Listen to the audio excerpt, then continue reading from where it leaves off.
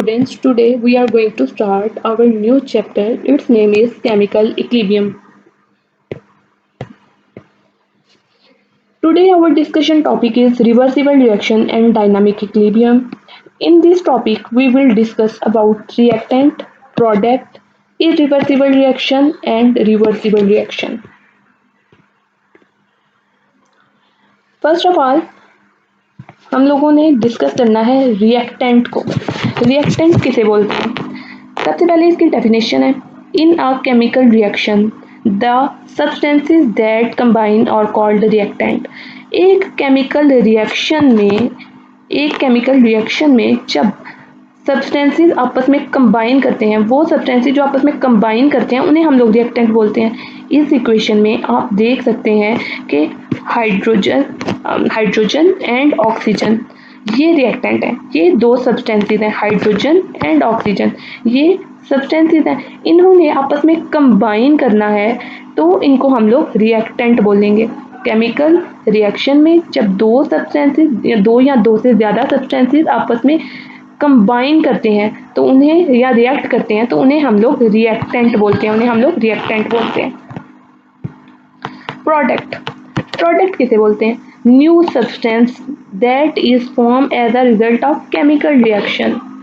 अब chemical reaction के नतीजे में जब एक नया सब्सटेंस बनेगा तो उसे हम लोग प्रोडक्ट बोलते हैं। यानी हाइड्रोजन एंड ऑक्सीजन जब आपस में रिएक्ट करेंगे तो एक न्यू सब्सटेंस बना देंगे जिसे हम लोग प्रोडक्ट बोलेंगे। यानी hydrogen and oxygen, these are reactant. जब रिएक्टेंट ने रिएक्ट किया और एक न्यू सब्सटेंस बना दिया, तो उसे हम लोग प्रोडक्ट बोलेंगे।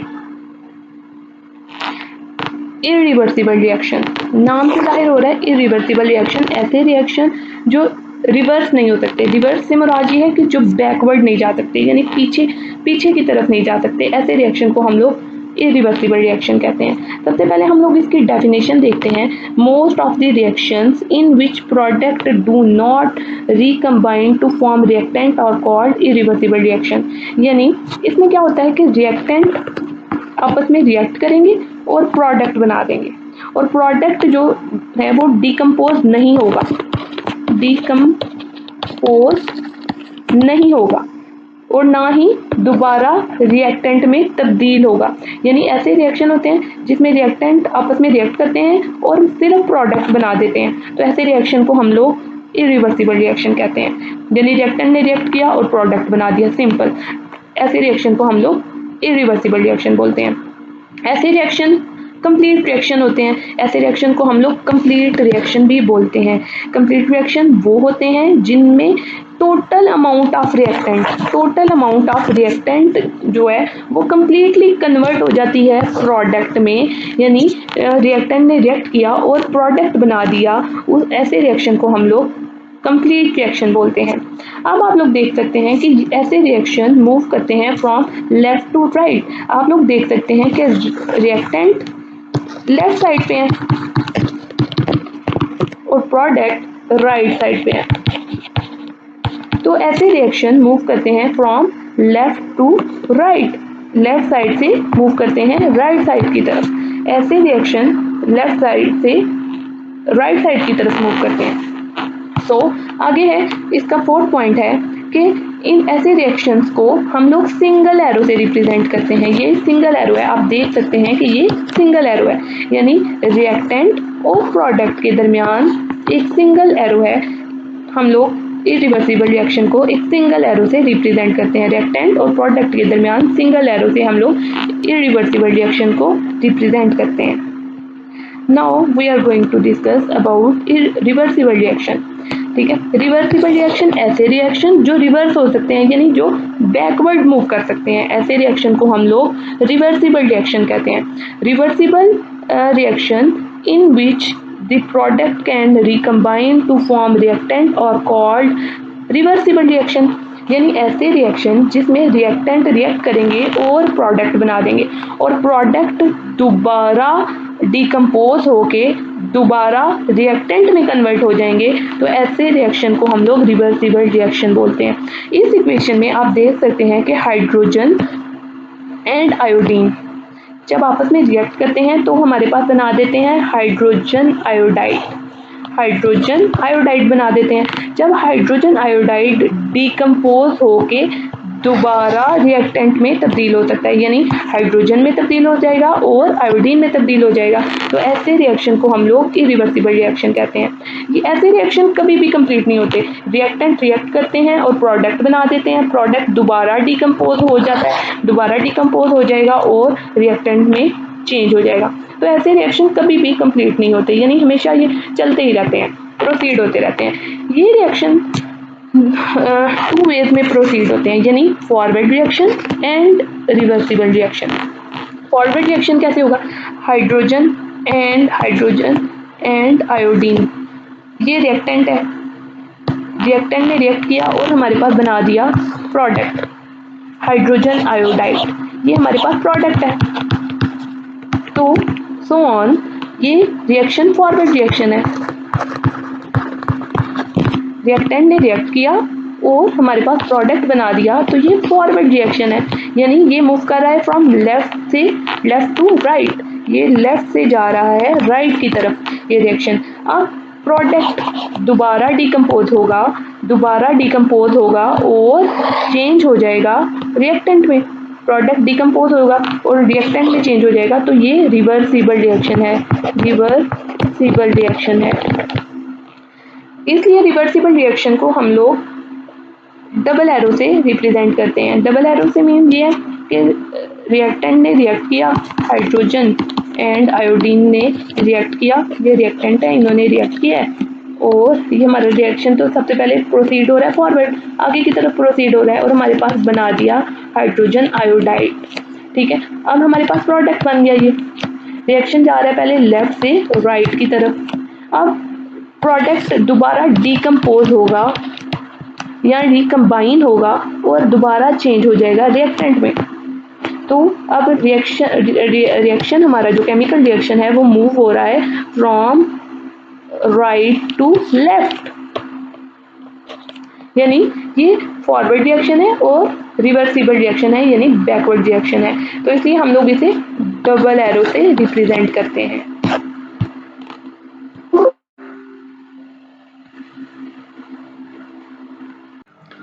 Let's discuss a reaction between hydrogen and iodine.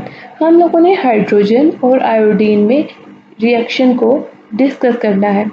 इस रिएक्शन को हम लोग एक्सपेरिमेंटल वे में देखेंगे।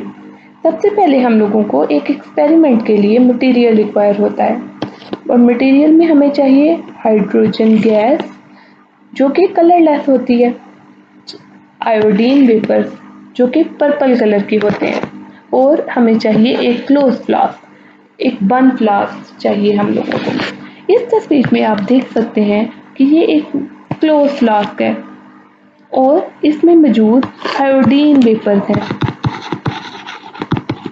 आयोडीन वेपर्स जो कि पर्पल कलर के हैं।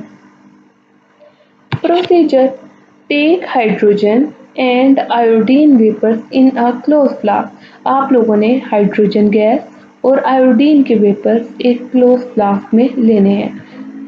इस वजह से फ्लास्क का कलर आपको पर्पल दिखेगा। अब इक्वेशन को हम लोग डिस्कस करते हैं। हम लोगों ने एक क्लोज फ्लास्क में हाइड्रोजन और आयोडीन के वेपर्स लिए, इस वजह से हमें फ्लास्क का कलर पर्पल दिख रहा है।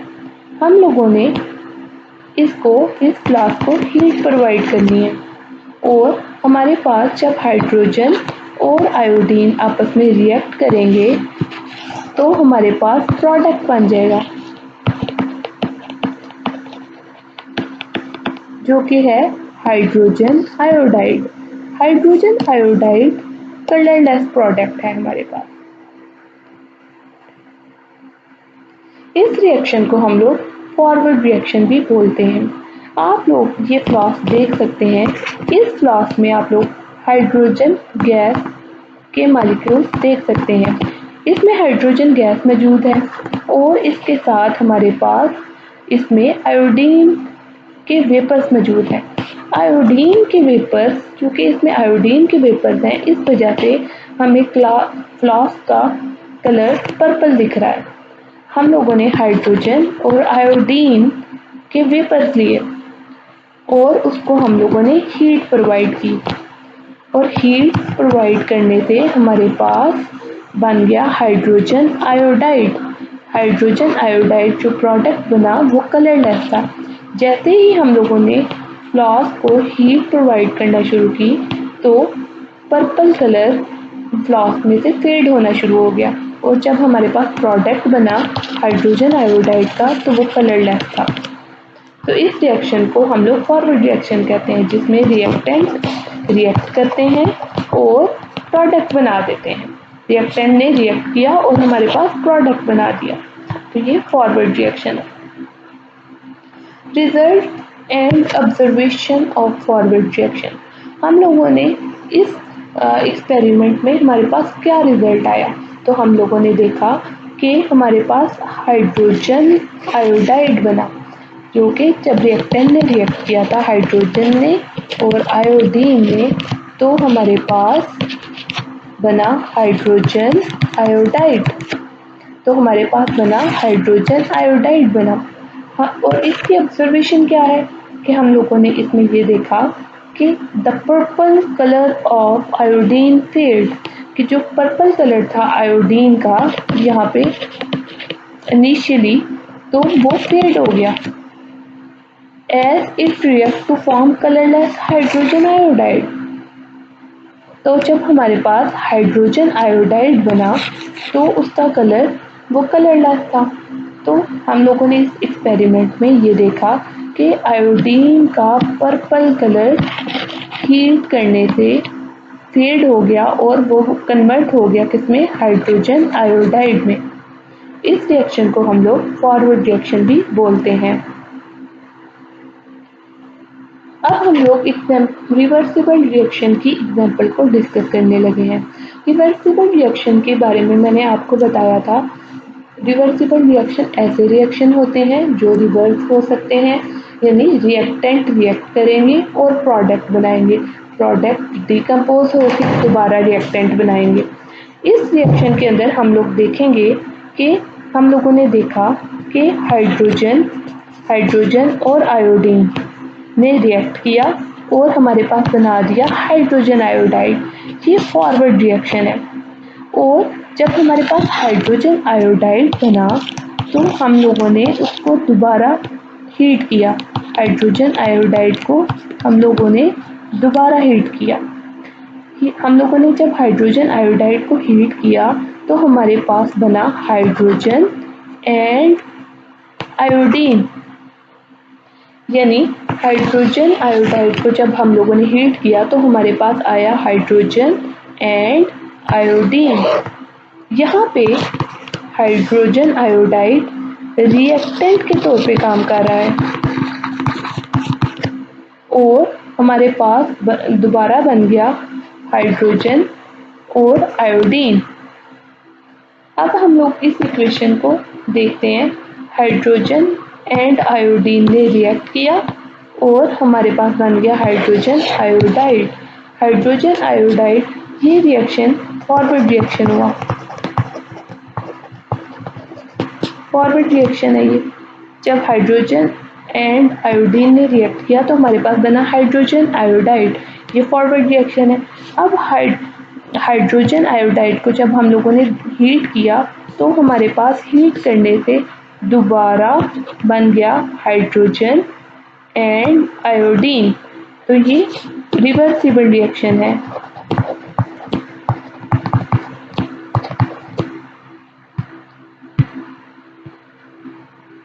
इसमें आप लोग देख सकते हैं, इस डायग्राम में आप लोग देख सकते हैं कि हमारे पास हाइड्रोजन गैस मौजूद है और आयोडीन गैस मौजूद है। अब हम लोगों ने हाइड्रोजन और आयोडीन गैस, ये फ्लास्क हम लोगों को पर्पल कलर की दिख रही है, हम लोगों ने इसको हीट करना है। तो हीट करने से हमारे पास बन जाएगा हाइड्रोजन आयोडाइड। जब हाइड्रोजन आयोडाइड हमारे पास बन जाएगा, हम लोगों ने इस फ्लास्क को हीट करना है दोबारा। हाइड्रोजन आयोडाइड चूंकि कलरलेस है, ये कलरलेस होता है, हम लोग इसको हीट करना शुरू कर देंगे तो हम लोग देखेंगे कि हाइड्रोजन आयोडाइड डिकम्पोज होना शुरू हो जाएगा और दोबारा चेंज हो जाएगा हाइड्रोजन में और आयोडीन में, और इस फ्लास्क में दोबारा हमारे पास पर्पल कलर जो होता है वो अपीयर होना शुरू हो जाएगा। तो ऐसे रिएक्शन को हम लोग रिवर्सिबल रिएक्शन बोलते हैं। In this topic we will discuss another example of irreversible reaction and reversible reaction। इस टॉपिक में हम लोगों ने एक न्यू एग्जाम्पल को डिस्कस करना है जो कि इरिवर्सिबल रिएक्शन और रिवर्सिबल रिएक्शन से रिलेटेड है। ये एग्जाम्पल आपकी बुक पे पेज नंबर 3 एंड 4 में मौजूद है। Let's discuss an example of calcium carbonate. हम लोगों ने आज कैल्शियम कार्बोनेट की एग्जाम्पल को डिस्कस करना है। सबसे पहले आपको पता होना चाहिए कि कैल्शियम कार्बोनेट का फार्मूला क्या है और कैल्शियम कार्बोनेट किस तरह बनता है। कैल्शियम कार्बोनेट का फार्मूला है CaCO3। कैल्शियम कार्बोनेट का फार्मूला है CaCO3। अब हम लोगों ने देखना है कि कैल्शियम कार्बोनेट किस तरह बनता है। When calcium oxide and carbon dioxide react, they produce calcium carbonate। जब कैल्शियम ऑक्साइड और कार्बन डाइऑक्साइड आपस में रिएक्ट करेंगे तो वो बना देंगे कैल्शियम कार्बोनेट। यहाँ पे कैल्शियम ऑक्साइड और कार्बन डाइऑक्साइड रिएक्टेंट के तौर पे काम कर रहे हैं और वो बना देंगे कैल्शियम ऑक्साइड और कार्बन डाइऑक्साइड बना देंगे कैल्शियम कार्बोनेट जो कि एक प्रोडक्ट है। अब हम लोगों ने कैल्शियम कार्बोनेट को रिवर्सिबल रिएक्शन और इरिवर्सिबल रिएक्शन में डिस्कस करना है। इरिवर्सिबल रिएक्शन और a complete reaction. Irreversible reaction ऐसे रिएक्शन होते हैं जिसमें रिएक्टेंट रिएक्ट करते हैं और प्रोडक्ट बनाते हैं, बट प्रोडक्ट डिकम्पोज नहीं होता और ना ही दोबारा रिएक्टेंट में चेंज होता है। ऐसे रिएक्शन को हम लोग इरिवर्सिबल रिएक्शन यानी कंप्लीट रिएक्शन कहते हैं। अब हम लोग देखते हैं, इसको हम एक एक्सपेरिमेंटल वे में देखेंगे।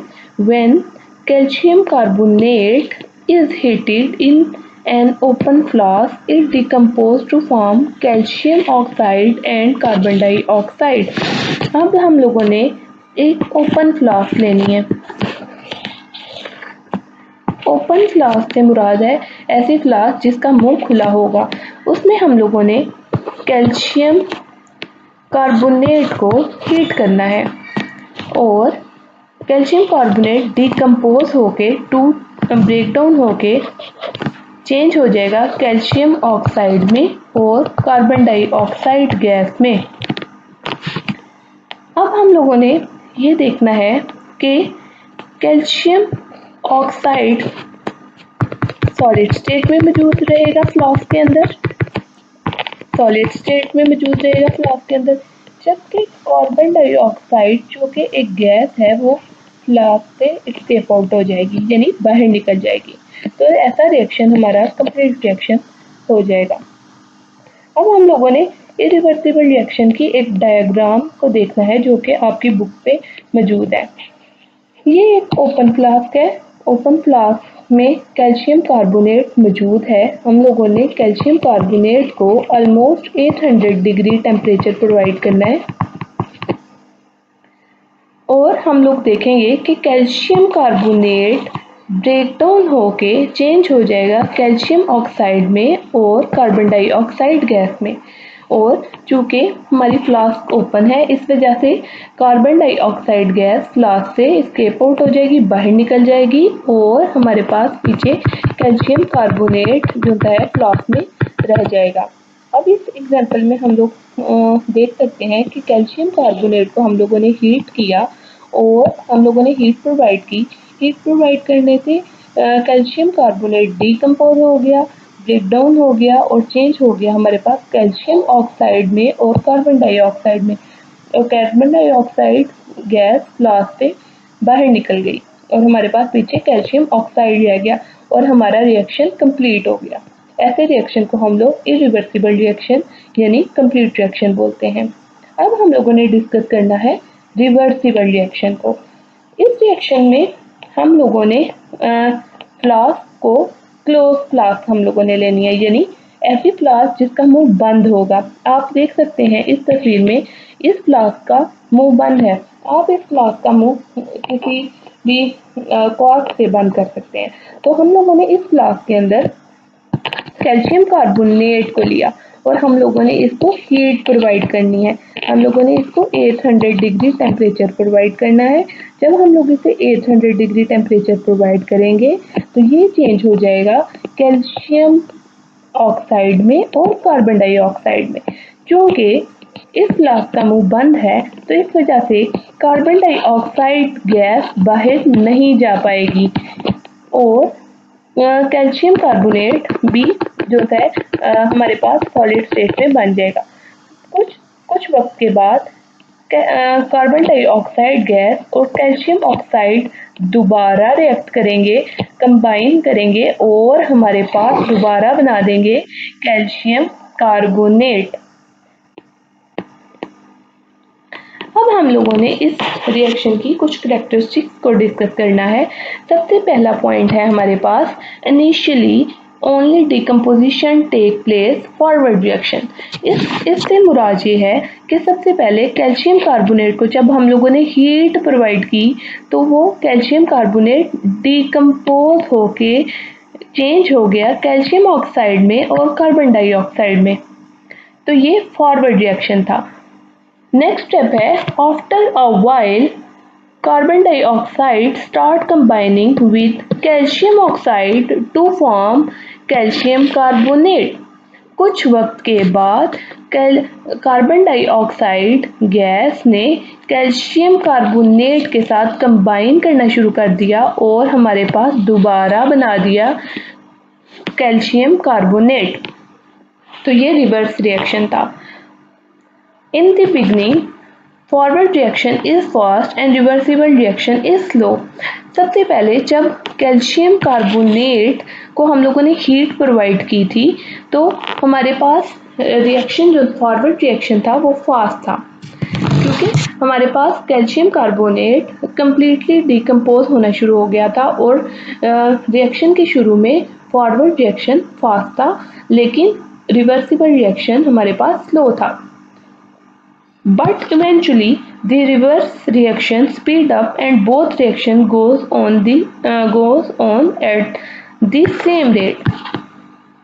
बाद में कुछ वक्त के बाद रिवर्सिबल रिएक्शन हमारे पास स्पीड अप हो गया। उसकी ये रीज़न थी कि जब कैल्शियम कार्बोनेट को हम लोगों ने शुरू में हीट अप किया तो कैल्शियम कार्बोनेट ब्रेकअप होना शुरू हो गया, डिकम्पोज होना शुरू हो गया और रिएक्शन का रेट तेज़ था। जब कैल्शियम कार्बोनेट कम्प्लीटली डिकम्पोज हो गया, कम्प्लीटली ब्रेक डाउन हो गया इनटू कार्बन डाइऑक्साइड और एंड कैल्शियम ऑक्साइड, तो हमारे पास रिवर्स रिएक्शन का रेट अब स्पीड अप होगा क्योंकि कैल्शियम ऑक्साइड और कार्बन डाइऑक्साइड गैस अब कंबाइन करना शुरू हो जाएंगी तो फिर रिवर्स रिएक्शन का रेट जो है वो स्पीड अप हो जाएगा। लेकिन कुछ वक्त गुजरने के बाद फॉरवर्ड रिएक्शन और रिवर्स रिएक्शन का रेट जो है वो सेम हो जाएगा, यानी वो इक्विलिब्रियम की स्टेज में आ जाएंगे। तो इस रिएक्शन को हम लोग रिवर्सिबल रिएक्शन कहते हैं। इस इक्वेशन में आप देख सकते हैं कि कैल्शियम कार्बोनेट डिकम्पोज होके कैल्शियम ऑक्साइड में चेंज हुआ और कार्बन डाइऑक्साइड में चेंज हुआ। तो ये डिकम्पोजिशन हो रही है यहाँ पे और फॉरवर्ड रिएक्शन है और ये फॉरवर्ड रिएक्शन है और ये मूव कर रहा है फ्रॉम लेफ्ट टू राइट। अब calcium oxide and carbon dioxide recombine करेंगे दोबारा और चेंज हो जाएंगे किसमें, कैल्शियम कार्बोनेट में। तो ये हमारे पास रिवर्सिबल रिएक्शन है। students, today our discussion topic is reversible reaction and dynamic equilibrium. In this topic we will discuss about chemical equilibrium, static equilibrium and dynamic equilibrium. आज हम लोगों ने जो टॉपिक डिस्कस करने हैं वो है केमिकल इक्विलिब्रियम, स्टैटिक इक्विलिब्रियम और डायनामिक इक्विलिब्रियम के बारे में, जो कि आपकी बुक पे पेज नंबर 4 पे मौजूद है। इक्विलिब्रियम, जब आप वर्ड इक्विलिब्रियम सुनते हैं तो आपके दिमाग में लफ्ज़ बैलेंस आता है, यानी कोई भी मतवाजन स्टेट, कोई भी मतवाजन कंडीशन, उसको हम लोग इक्विलिब्रियम बोल सकते हैं। फॉर एग्जांपल हम लोग ये देख सकते हैं कि आपके पास 4 कैंडीज़ हैं और आपने वो 4 कैंडीज़ 2 बच्चों में इक्वली डिस्ट्रीब्यूट कर दी हैं, तो ऐसी कंडीशन को हम लोग कहेंगे कि ये इक्विलिब्रियम है। एक और एग्जांपल को हम लोग डिस्कस कर लेते हैं ताकि आपका कॉन्सेप्ट और ज़्यादा क्लियर हो जाए। हमारे पास एक रूम है, उस रूम में 2 विंडोज़ हैं। एक विंडो से हॉट एयर एंटर हो रही है और एक विंडो से कोल्ड एयर एंटर हो रही है। तो हम लोग अब हॉट एयर और कोल्ड एयर सेम टाइम पे सेम स्पीड के साथ रूम में एंटर हो रही हैं, तो हम लोग ये नोटिस करेंगे कि रूम का टेम्परेचर चेंज नहीं होगा, बल्कि रूम का टेम्परेचर एक कांस्टेंट स्टेट में रहेगा। ना तो रूम का टेम्परेचर गर्म होगा और ना ही रूम का टेम्परेचर ठंडा होगा, बल्कि एक कांस्टेंट स्टेट में रहेगा। तो ऐसी एग्जांपल को हम लोग इक्विलिब्रियम की एग्जांपल बोल सकते हैं। अब हम लोगों ने डिस्कस करनी है केमिकल इक्विलिब्रियम के बारे में, देखना है कि केमिकल इक्विलिब्रियम होता क्या है। सबसे पहले हम लोगों ने इसकी डेफिनेशन देखनी है। When the rate of forward reaction is the same as the rate of reversible reaction, the composition of a reaction mixture remain constant. It is called a chemical equilibrium. यानी जब रेट ऑफ फॉरवर्ड रिएक्शन और rate of reversible reaction जो हैं वो same होंगे लेकिन opposite direction में होंगे, तो ऐसी कंडीशन को हम लोग केमिकल इक्विलिब्रियम बोल सकते हैं। अब हम लोग इसकी एग्जांपल को डिस्कस करते हैं, वो है कैल्शियम कार्बोनेट की एग्जांपल है। हम लोग पहले कैल्शियम कार्बोनेट की एग्जांपल को डिस्कस कर चुके हैं। हम लोगों ने एक क्लोज फ्लास्क लेनी है जिसका मुंह बंद होगा, ऐसी फ्लास्क जिसका मुंह बंद होगा। अब हम लोगों ने उस फ्लास्क में कैल्शियम कार्बोनेट को हीट करना है, हीट प्रोवाइड करनी है, और हम लोग देखेंगे कि हमारे पास बन गया कैल्शियम ऑक्साइड और हमारे पास कार्बन डाइऑक्साइड गैस बन गई। जब हम लोगों ने कैल्शियम कार्बोनेट को हीट प्रोवाइड की तो हम लोगों ने तो ये डिकम्पोज होना शुरू हो गया। डिकम्पोज से मुराद है कि ये ब्रेक डाउन होना शुरू हो गया इनटू कैल्शियम ऑक्साइड और कार्बन डाइऑक्साइड में। तो ये रिएक्शन था फॉरवर्ड रिएक्शन, यानी ये मूव कर रहा था फ्रॉम लेफ्ट टू राइट। अब हम लोगों ने ये देखा कि जब कैल्शियम कार्बोनेट डिकम्पोज हो गया और मुकम्मल तौर पे डिकम्पोज हो गया और चेंज हो गया कैल्शियम ऑक्साइड में और कार्बन डाइऑक्साइड में, तो कैल्शियम ऑक्साइड और कार्बन डाइऑक्साइड ने आपस में रिएक्ट करना शुरू कर दिया, यानी कंबाइन करना शुरू कर दिया आपस में, और दोबारा बना दिया हमारे पास कैल्शियम कार्बोनेट। यानी हम लोगों ने इसमें ये देखा कि रिएक्शन के आगाज़ में हमारे पास जो फॉरवर्ड रिएक्शन था वो हमारे पास तेज़ था। उसकी ये रीज़न थी कि हमारे पास कैल्शियम कार्बोनेट की कंसंट्रेशन ज़्यादा थी और इसकी वजह से कैल्शियम कार्बोनेट की कंसंट्रेशन चूँकि ज़्यादा थी और कैल्शियम ऑक्साइड और कार्बन डाइऑक्साइड गैस हमारे पास आहिस्ता आहिस्ता बन रहे थे। जब कैल्शियम कार्बोनेट मुकम्मल तौर पर डिकम्पोज हो गया कैल्शियम ऑक्साइड में और कार्बन डाइऑक्साइड में, और कैल्शियम ऑक्साइड और कार्बन डाइऑक्साइड की कंसंट्रेशन अब ज़्यादा हो गई है, तो इन्होंने आपस में रिएक्ट करना शुरू कर दिया है। और जब ये आपस में रिएक्ट करना शुरू कर देंगे, कंबाइन करना शुरू कर देंगे, तो रिवर्स रिएक्शन की कंसंट्रेशन जो है वो ज़्यादा हो जाएगी।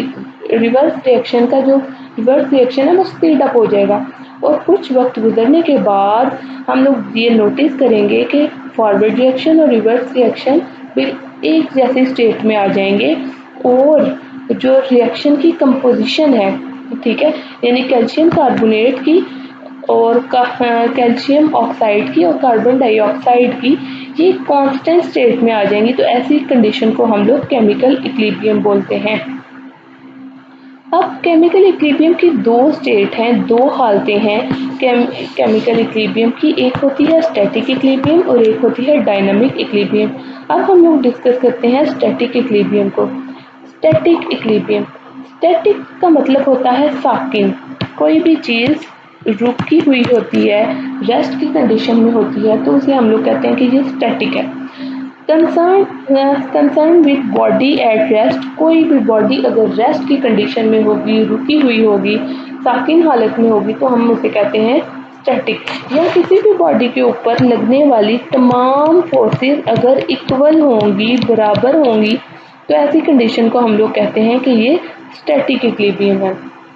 अब हम लोग इसकी डेफिनेशन देख लेते हैं कि when a reaction cease to proceed it is called static equilibrium. एक रिएक्शन जो कि रुका हुआ होगा और आगे नहीं बढ़ रहा होगा, बल्कि रुका हुआ रिएक्शन होगा, तो ऐसी रिएक्शन को हम लोग बोलते हैं स्टैटिक केमिकल इक्विलिब्रियम। यानी एक रिएक्शन, एक केमिकल रिएक्शन जो रुका हुआ होगा, उस ऐसी कंडीशन को हम लोग बोलते हैं स्टैटिक इक्विलिब्रियम। इसकी एग्जांपल हम लोग ये देख लेते हैं कि एक building, a building remain standing rather than falling down because all the forces acting on it are balanced। एक बिल्डिंग पे अमल करने वाली तमाम फोर्सेस बराबर होती हैं, इस वजह से बिल्डिंग खड़ी रहती है अपनी जगह पे। यानी कि तमाम फोर्सेस का इफ़ेक्ट जो होता है वो एक दूसरे से कैंसिल हो जाएगा और हमारे पास जो नेट फोर्स होगी वो बिल्कुल ज़ीरो हो जाएगी। इस कंडीशन को हम लोग बोलते हैं स्टैटिक इक्विलिब्रियम। अब हम लोगों ने डिस्कस करना है डायनामिक इक्विलिब्रियम के बारे में। डायनामिक इक्विलिब्रियम जो होता है ऐसा रिएक्शन होता है जो कि चलता रहता है, रुकता नहीं है और चलता ही रहता है। ऐसे रिएक्शन को हम लोग डायनामिक इक्विलिब्रियम बोलते हैं। अब हम लोग इसकी डेफिनेशन देख लेते हैं। A reaction does not stop, ऐसा रिएक्शन जो रुकता नहीं है। Only the rate of forward reaction and rate of reversible reaction become equal to each other but take place in opposite direction. This is called dynamic equilibrium। ये ऐसा reaction होता है जो कि रुकता नहीं है। रेट ऑफ फॉरवर्ड रिएक्शन और रेट ऑफ रिवर्सिबल रिएक्शन एक दूसरे के इक्वल होते हैं लेकिन ऑपोजिट डायरेक्शन में होते हैं, तो ऐसे इक्विलिब्रियम को हम लोग डायनामिक इक्विलिब्रियम बोलते हैं। Rate of forward reaction equal होता है रेट ऑफ रिवर्सिबल रिएक्शन के, तो ऐसे रिएक्शन को हम लोग डायनामिक इक्विलिब्रियम बोलते हैं। हम लोगों ने एग्जांपल पहले डिस्कस कर चुके हैं हाइड्रोजन गैस की और आयोडीन की। हाइड्रोजन गैस और आयोडीन के वेपर्स ने जब आपस में रिएक्ट किया तो हमारे पास बना दिया हाइड्रोजन आयोडाइड। और जब हाइड्रोजन आयोडाइड को हम लोगों ने अगेन हीट किया तो हमारे पास बन गया हाइड्रोजन और आयोडीन के वेपर्स दोबारा हम लोगों को हासिल हो गए। तो ये रिएक्शन हम लोगों ने देखा कि हाइड्रोजन और आयोडीन ने जब आपस में रिएक्ट किया तो ये फॉरवर्ड रिएक्शन था, यानी रिएक्शन मूव कर रहा था लेफ्ट टू राइट और हमारे पास बन गया हाइड्रोजन आयोडाइड। और हाइड्रोजन आयोडाइड डिकम्पोज होके दोबारा चेंज हो गया हाइड्रोजन में और आयोडीन में, तो ऐसा रिएक्शन अब रिएक्शन रिवर्सिबल है, तो ऐसे रिएक्शन को हम लोग रिवर्सिबल रिएक्शन भी बोलते हैं। In this topic, we will discuss the graphical representation of a reaction which is present on your book page number 5. Let's discuss an example of hydrogen iodide। हम लोगों ने आज हाइड्रोजन आयोडाइड के example को discuss करना है, क्योंकि हम लोग ऑलरेडी प्रीवियस लेक्चर में डिस्कस कर चुके हैं। हम लोगों ने एक क्लोज क्लास लेनी है। क्लोज क्लास से मुराद है ऐसी क्लास जिसका मुंह बंद होगा। उसमें हम लोगों ने हाइड्रोजन गैस लेनी है और उसमें हम लोगों ने आयोडीन के वेपर्स लेने हैं। उनको हम लोगों ने हीट प्रोवाइड की थी और हमारे पास प्रोडक्ट में हाइड्रोजन आयोडाइड बन गया था। अब हम लोगों ने देखा कि जब हाइड्रोजन गैस और आयोडीन जो कि रिएक्टेंट हैं, इन्होंने आपस में जब रिएक्ट किया तो हमारे पास बन गया प्रोडक्ट में हाइड्रोजन आयोडाइड बन गया। अब रिएक्शन मूव हमारा कर रहा है लेफ्ट टू राइट और ऐसे रिएक्शन को हम लोग कहते हैं फॉरवर्ड रिएक्शन। अब हम लोगों ने हाइड्रोजन आयोडाइड को अगेन हीट प्रोवाइड करनी है और हाइड्रोजन आयोडाइड डिकम्पोज हो जाएगा और ब्रेक डाउन हो जाएगा, डिकम्पोज हो जाएगा हाइड्रोजन में और आयोडीन में। इस इक्वेशन में हम लोगों ने हाइड्रोजन आयोडाइड को हीट प्रोवाइड की थी और हाइड्रोजन आयोडाइड डिकम्पोज हो गया हाइड्रोजन में और आयोडीन में। तो ये रिएक्शन था हमारे पास रिवर्स रिएक्शन। अब हम लोग ओवरऑल रिएक्शन देख लेते हैं। यहाँ पे हाइड्रोजन और आयोडीन रिएक्टेंट है और इन्होंने आपस में रिएक्ट किया और हमारे पास बना दिया हाइड्रोजन आयोडाइड और ये रिएक्शन मूव कर रहा है फ्रॉम लेफ्ट टू राइट और ये फॉरवर्ड रिएक्शन है। अब हम लोग देखेंगे कि रिएक्शन के स्टार्ट में हमारे पास रिएक्टेंट की कंसंट्रेशन ज़्यादा है, इसलिए रेट ऑफ फॉरवर्ड रिएक्शन हमारे पास फास्ट होगा। जैसे जैसे रिएक्शन आगे बढ़ेगा तो रिएक्टेंट की कंसंट्रेशन में कमी हो जाएगी, यानी रिएक्टेंट चूँकि प्रोडक्ट बना रहे हैं इसलिए रिएक्टेंट की कंसंट्रेशन में कमी हो जाएगी और जो जब प्रोडक्ट बन जाएगा हमारे पास हाइड्रोजन आयोडाइड तो प्रोडक्ट की कंसंट्रेशन इंक्रीज हो जाएगी। जब प्रोडक्ट की कंसंट्रेशन इंक्रीज हो जाएगी तो फॉरवर्ड रिएक्शन जो होता है, रेट ऑफ फॉरवर्ड रिएक्शन हमारे पास स्लो हो जाएगा और लेकिन हमारे पास अब रिवर्स रिएक्शन जो होता है वो स्पीड अप हो जाएगा। और चूँकि अब हाइड्रोजन आयोडाइड ने डिकम्पोज होना है हाइड्रोजन में और आयोडीन में, तो अब रेट ऑफ रिवर्स रिएक्शन हमारे पास स्पीड अप हो जाएगा। लेकिन कुछ वक्त गुजरने के बाद हम लोग ये नोटिस करेंगे कि rate of forward reaction equal हो जाएगा रेट ऑफ रिवर्स रिएक्शन के, ठीक है। तो हम उस पॉइंट को हम लोग कहेंगे कि ये डायनामिक इक्विलिब्रियम के स्टेट में हमारा रिएक्शन जो होता है वो आ गया। इसमें हाइड्रोजन आयोडीन और हाइड्रोजन आयोडाइड की कंसंट्रेशन अब कांस्टेंट हो जाएगी। अब हम लोग इसको ग्राफिकल वे में देखते हैं। अब हम लोग, ये आपको स्क्रीन पे एक ग्राफ नज़र आ रहा है, या इस पॉइंट के ऊपर आप नोटिस कर सकते हैं कि हमारा रेट ऑफ फॉरवर्ड रिएक्शन जो होता है वो ज़्यादा है, ठीक है, इसकी स्पीड ज़्यादा है। लेकिन वक्त गुजरने के साथ साथ आप नोटिस करेंगे कि हमारा rate of forward reaction decrease हो रहा है, ठीक है। यहाँ पे rate of forward reaction decrease हो रहा है, यहाँ पे हमारा रेट ऑफ फॉरवर्ड रिएक्शन ज़्यादा है, रेट ऑफ फॉरवर्ड रिएक्शन हमारे पास ज़्यादा है, ठीक है, इस पॉइंट के ऊपर, ठीक है। और जैसे जैसे वक्त गुजरता जा रहा है rate of forward reaction decrease होता जा रहा है और इस पॉइंट के ऊपर हम लोग देखेंगे कि हमारा जो रेट ऑफ रिवर्स रिएक्शन है इस पॉइंट के ऊपर बिल्कुल निग्लिजिबल है स्टार्टिंग में। ये स्टार्टिंग पॉइंट पे स्टार्ट पे हमारे पास रेट ऑफ रिवर्स रिएक्शन बिल्कुल ज़ीरो है, लेकिन वक्त गुजरने के साथ साथ हम लोगों ने ये नोटिस किया कि रेट ऑफ रिवर्स रिएक्शन हमारे पास इंक्रीज होता जा रहा है, ठीक है। ये अब rate of reverse reaction increase होता जा रहा है, यानी आगे की तरफ बढ़ रहा है रेट ऑफ रिवर्स रिएक्शन। और कुछ वक्त गुजरने के बाद हम लोगों ने नोटिस किया कि इस पॉइंट के ऊपर रेट ऑफ फॉरवर्ड रिएक्शन और रेट ऑफ रिवर्स रिएक्शन दोनों इक्वल हो चुके हैं। तो अब हम लोगों ने ये देखा कि रेट ऑफ फॉरवर्ड रिएक्शन इस पॉइंट पे और rate of reverse reaction equilibrium की स्टेट में आ गए हैं और बिल्कुल इक्वल हो गए हैं। Thanks for watching my video.